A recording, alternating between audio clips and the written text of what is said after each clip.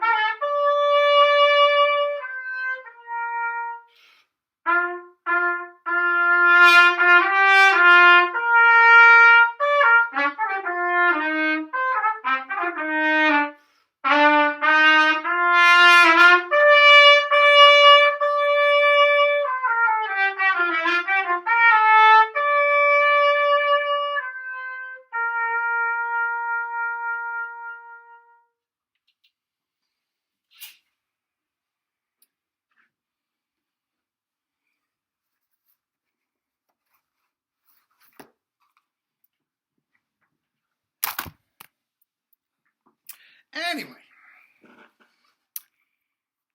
2 hours of playing and monster double C's and caressing the baby. Guys, the book is out, selling like crazy. It's a good one. It's a good one. They're all good. $10. Not up on the website yet, and it won't be until next week. So if you want something right away, email me at that email at the end of the video, and we can get going. I'll attach it to the email, and you got it today. Anyway, Clark Terry and the great Clark Terry.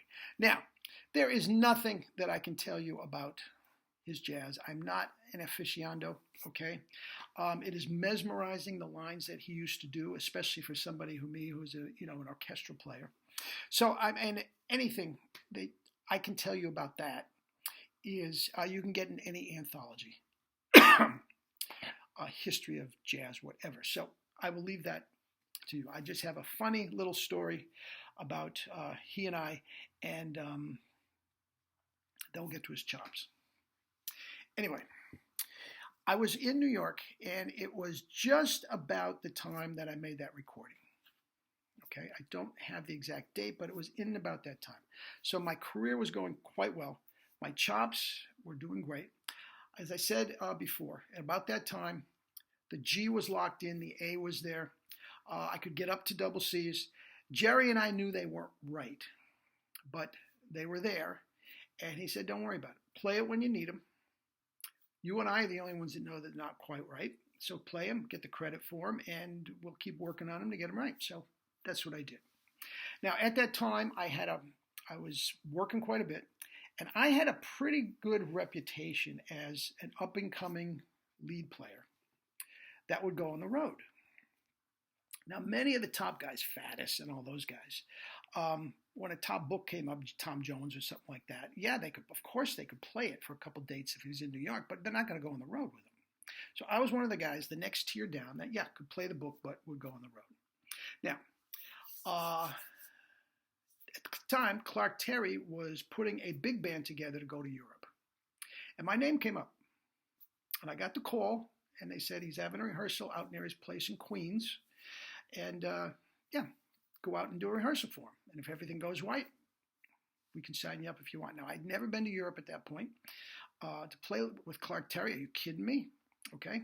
Now, little did I know, I was completely 100% ill prepared.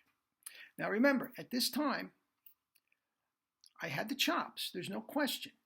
But I was nothing more than a straight orchestral player who could play a double C. Okay? Now, that served me fine in the commercial field. Broadway and everything that I was doing and Latin jobs and all that sort of stuff. That served me fine, where the phrasing was not, as extreme as it was. So I go out there. I remember my chops felt great. I warmed up to the double C. Everybody was okay. And we started playing. And guys, I didn't know what the heck was going on. I'm looking at the music.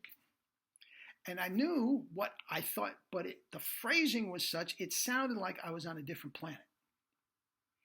It sounded like I was on a different planet. I was lost.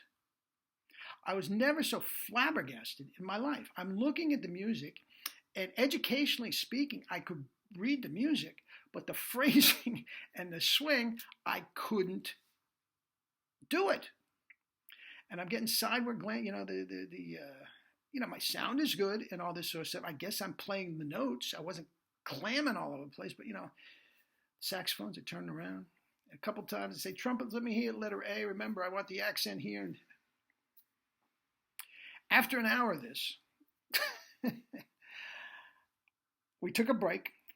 I go down to Clark Terry and I said, look, Clark, Mr. Terry, I really appreciate the shot to do this, but I'm not the guy you want. Big smile on his face. He says, Pops.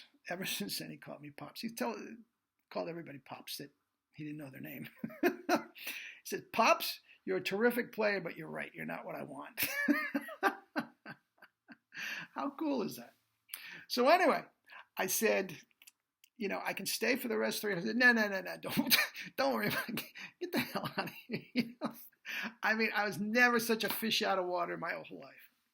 Anyway, his chops. Now, if you listen, and there's lots of evidence of this on the internet. His chops, when he was with Count Basie and Duke Ellington early, he could play high G's. He was not a lead player in the traditional sense, but he could play. I'm getting something here. Yeah, okay. But he could absolutely play high G's. Not only could he play high G's, I mean, the dexterity and his lines up into them and play around them and get down. I mean, he had great chops. Now, if you look at the thumbnail, I'm going to bring that up. Now, look at those chops. Look at how relaxed that is. Look at those corners. I mean, that's like Horst Fischer. There is no strain anywhere. Now, look at this next one. Now, if you look at it, look at the color of the hair and everything. These are early shots. Now, if you look at the way he's gripping the horn, especially with the right hand, it looks like he's holding it and there's some pressure going on there. Okay? I guarantee you those are licks above high C. But look at his chops. Locked in. Locked in. Now, everybody knows as his career went along, his chops went down. And by the end of his career, he was basically scat singing, doing a little bit and some scat singing. He actually made an entire album called Mumbles, which is just scat singing. Now, it's brilliant jazz, but his chops just went down. Now, if you look at a picture of him as he got older, now check out everything.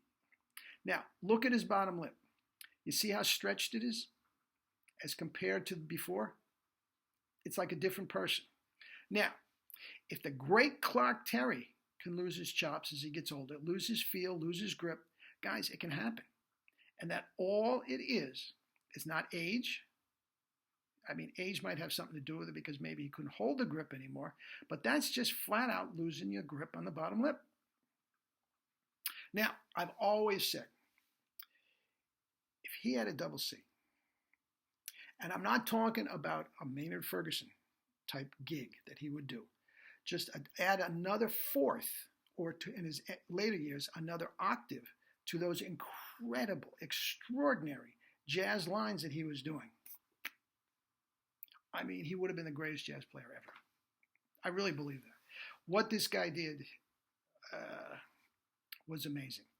But younger guy, chops for days. Chops for days. Cat Anderson on those bands was doing the lead, so he was not a lead player. But, I mean, look at them. They're absolutely beautiful. Anyway, that is my take on the great Clark Terry, and I'm sure you all have a take too. So I hope you enjoyed the story.